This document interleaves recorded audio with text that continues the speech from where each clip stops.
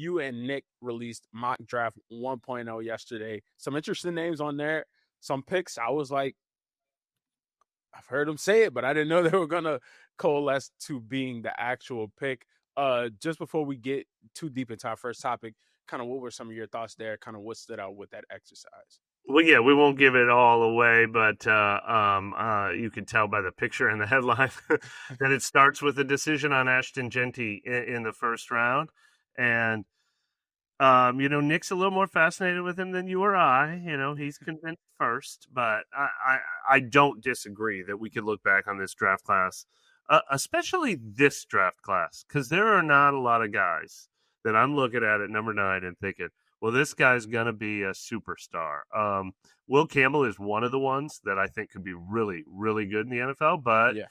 the question about whether he's going to play left tackle or guard in the NFL and how the Saints view him makes him a question mark at number 9, too.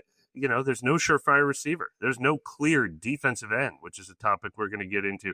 There's no clear left tackle. There's not a clear cornerback that will for sure go in the top 10, although there's a couple guys that might get there.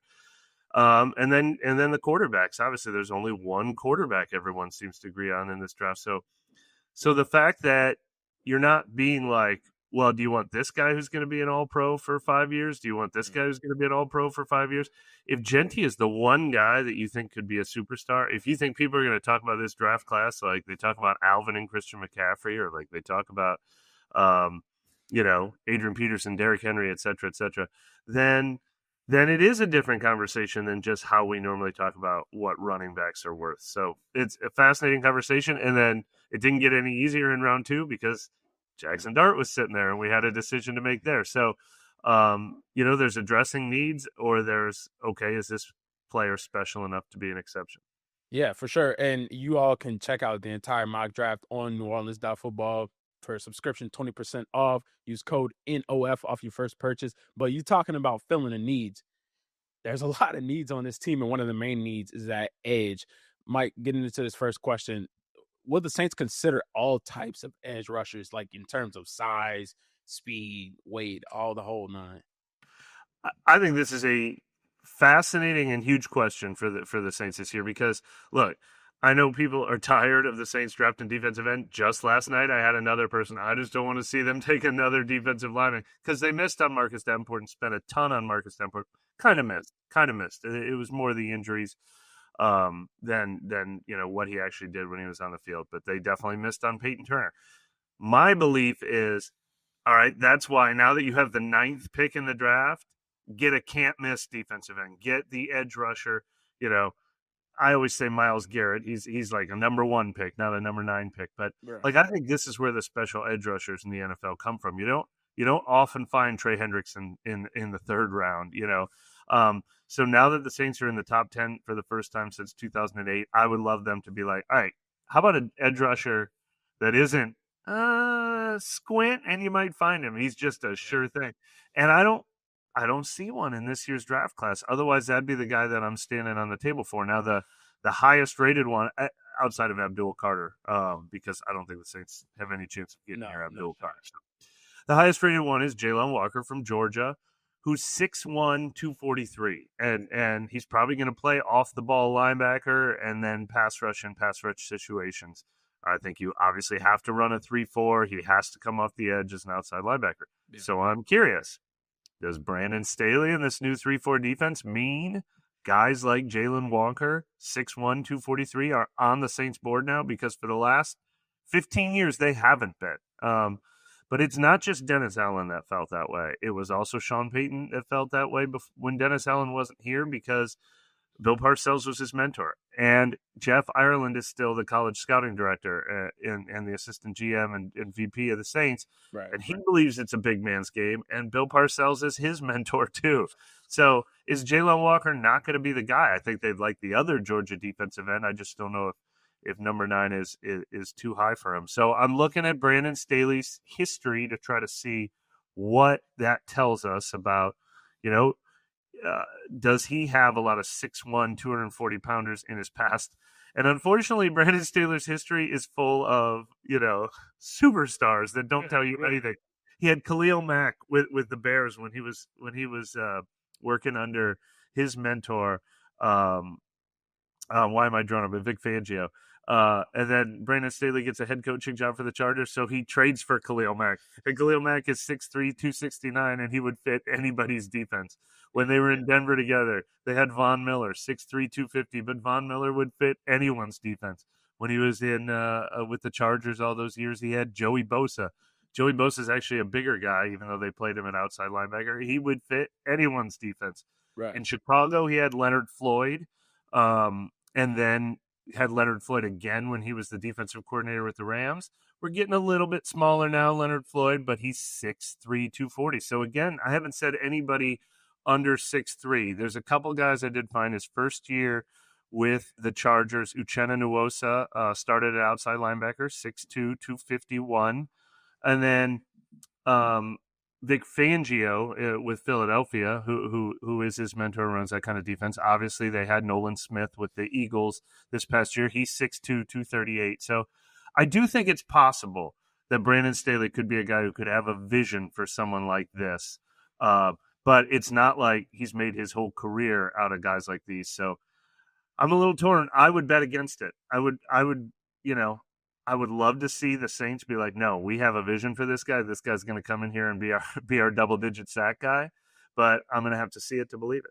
Yeah, no, for sure, because the DNA of that is let's go for the freak of nature. Let's go for the 6'4" plus. Let's go for the guy who just pops out, just looking at him says, this guy is an edge. This guy is a football player. And you've seen them step up to the plate, swing and miss constantly across the board with that over the last couple of years. So I think exploring all options has to be on the table. And Walker is a good football player.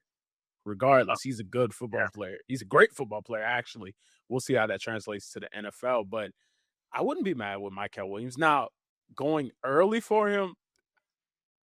Yeah, that's Michael Williams feels like Saint Central casting, doesn't he? Yeah. And he's Georgia, and he's got proven experience. But yeah, I'm just not seeing anybody rank him as a potential top 10 guy. He's more like, will he go in the top 20 or not? Yeah, no, for sure.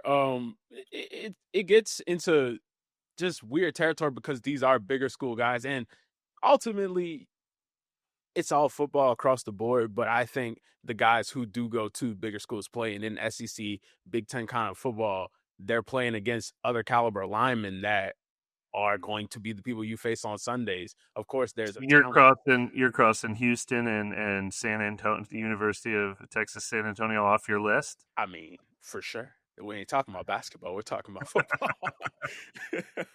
So, yeah, that is a factor to me. Not saying that those guys can't do it because they have been. Like, you talk about Khalil Mack. He went to Buffalo. Like, the smaller school, but that's a diamond in the rough. You know what I mean? So, I think. And again, the Saints' biggest miss of all of them was Notre Dame's all-time sack leader, Isaiah Foskey. So it's about the individual guy. I mean, there's no rules that cover everything. That's for sure. No, for sure. But can the Brandon Staley defense unlock Chase Young to another level? Really not to another level, kind of to his potential. I'd love to see that. I'm still fascinated by that.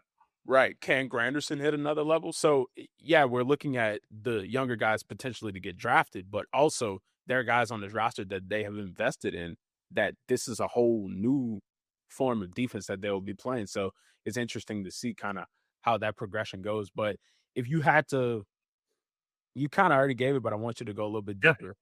On Jalen Walker, do you think if it just came down to it that they would go with another position over him if he was? Yeah. So, I mean, look, this brings the conversation full circle. So if when Nick and I are doing our first mock draft exercise and he feels strongly about Genty, if Abdul Carter was there, or if Jalen Walker wasn't 6'1", 200, whatever it say, 6'1", 243, I'd be standing on the table for him and I'd say, look, this is where you get the defensive end that's the no doubter, but he's a doubter. Like, he's not a no doubter. Like, he's going to end up on the Eagles somehow and he's going to go to three Pro Bowls and everyone will be like, the Eagles are going to trade up to the Saints are going to trade down this is what's going to happen. The Saints are going to trade down for the first time in 17 years.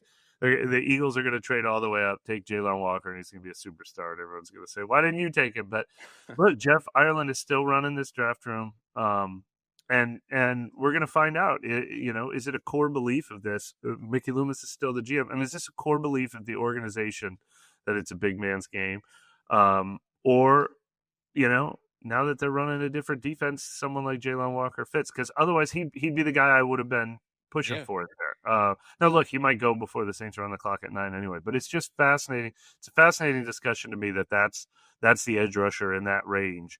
And for the last 15, I don't know how many years, I've been able to cross guys like that off my board and be like, well, he's not going to the Saints, so I don't even have to consider the possibility. And I think now the door is at least open. And if they drafted him, that would be exciting and fascinating, because we'd be like, all right, they obviously have a conviction about how they're going to use this guy. And then we get to go out to OTAs and training camp and see what it looks like. Because what would it look like would be fascinating too, because it would be different. Right. No, that's the overarching, just exciting point about this upcoming offseason is that it's different. It's something we've never seen down here.